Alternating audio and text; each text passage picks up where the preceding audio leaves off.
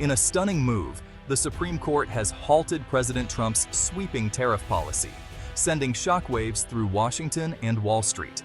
The court's stay freezes billions in tariffs, upending years of global trade strategy and leaving businesses scrambling. At stake is more than just economics. This is a defining battle over presidential power. The justices must now decide: can one person use emergency laws to set economic policy for the entire nation? The legal fight centers on whether Trump overreached by invoking the International Emergency Economic Powers Act, or IEEPA, a law meant for national security crises, not long-term trade wars. The outcome could either empower future presidents to act unilaterally on the economy or restore Congress's primary role in trade. The Supreme Court's intervention signals a major constitutional question. Has Congress delegated too much power to the executive? The decision to halt the tariffs creates immediate uncertainty for the White House, international partners, and the U.S. economy. Every sector is now watching as the court prepares to hear final arguments.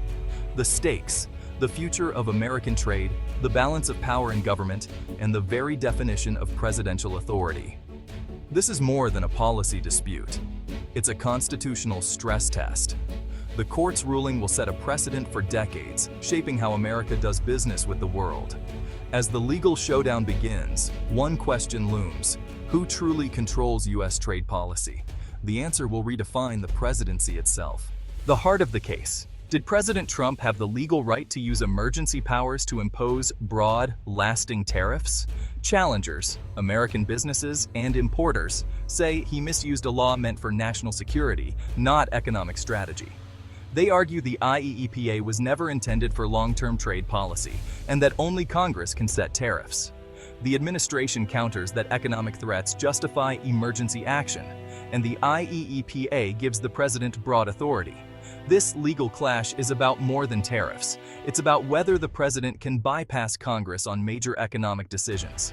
If the court sides with the challengers, it could sharply limit executive power and force future presidents to work with Congress on trade. If not, it sets a precedent for unilateral action. The Supreme Court's decision to intervene underscores the gravity of the conflict.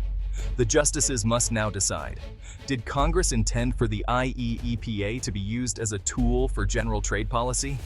The outcome will either validate or rein in the president's authority over the economy.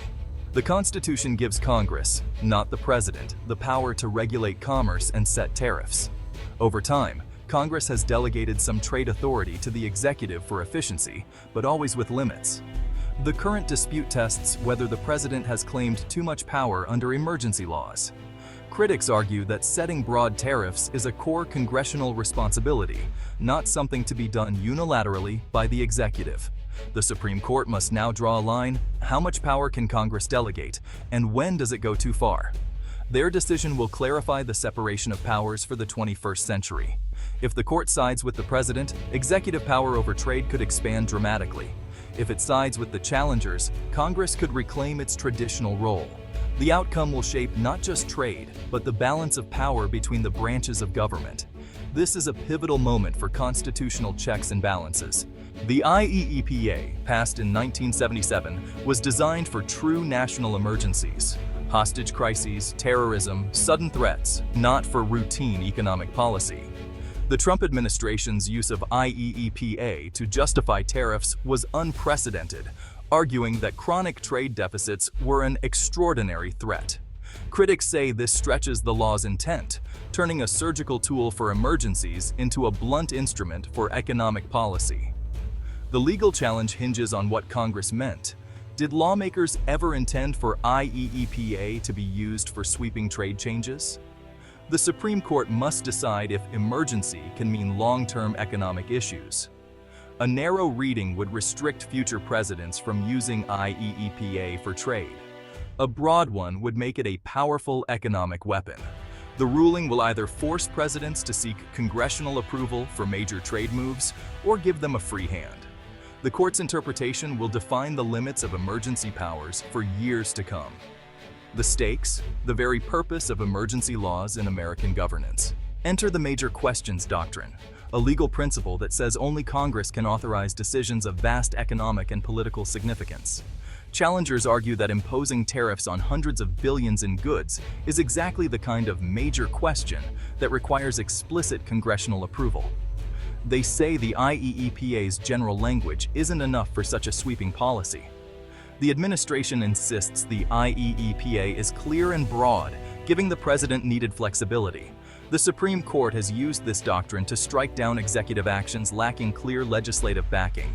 If applied here, it could invalidate the tariff strategy and send a strong message for the biggest decisions the president must go through Congress. The outcome could reshape how presidents use old laws for new, far-reaching policies. This case could be a landmark in limiting or expanding executive power. The court's ruling will echo across future debates over presidential authority. This case has been years in the making, winding through lower courts as hundreds of companies challenged the tariffs. Lawsuits began at the Court of International Trade, arguing the president exceeded his authority under the IEEPA. Appeals followed, with conflicting rulings and growing consensus that only the Supreme Court could settle the issue. The justice's decision to take the case signals its national importance, touching on the structure of government and trillions in trade. The Supreme Court's stay on the tariffs suggests the challengers have a strong case. Oral arguments will give both sides a final chance to make their case. The ruling will set a binding precedent on presidential power and the separation of powers. The outcome will shape the limits of executive authority for generations. The Supreme Court's intervention has thrown markets and businesses into uncertainty. Companies that spent years adapting to tariffs now face new questions. Will the policy return, change, or disappear? This instability makes long-term planning nearly impossible. Studies show tariffs raised prices for American consumers and disrupted supply chains, with mixed effects on domestic industries. Investors dislike uncertainty, and the court's pending decision fuels market volatility. If the court strikes down the tariffs, the White House will need Congress to authorize new trade policies. The case has already exposed the risks of using emergency powers for broad economic goals. International partners are watching, as the ruling will signal whether U.S. trade policy will be stable or subject to abrupt shifts. The court's decision will be a major economic and policy event, not just a legal one. The White House defends its tariff strategy as essential for national and economic security. The administration argues that decades of unfair trade practices created an extraordinary threat, justifying emergency action under the IEEPA. Legally, they claim Congress gave the president broad authority to address economic threats, not just military ones. By including economy in the law, Congress empowered the president to act decisively. The administration frames this as a matter of presidential prerogative. The executive must have tools to defend U.S. interests quickly. Limiting this power, they argue, would weaken America's ability to respond to threats. Despite the court's intervention, the White House stands firm, ready to defend its interpretation before the justices. The outcome will test the boundaries of executive power in a complex world. This Supreme Court case is about more than tariffs. It's about the future of executive power. A ruling for the administration would expand presidential authority, letting future presidents use emergency laws for sweeping economic policies. A ruling against would reaffirm Congress's role in major decisions and limit emergency powers to true crises. The decision will shape how presidents act in times of gridlock and define the boundaries of unilateral action. The court's ruling will become a key reference in debates over the size and scope of the presidency. Ultimately, this case asks, how do we balance a strong executive with the constitutional role of Congress?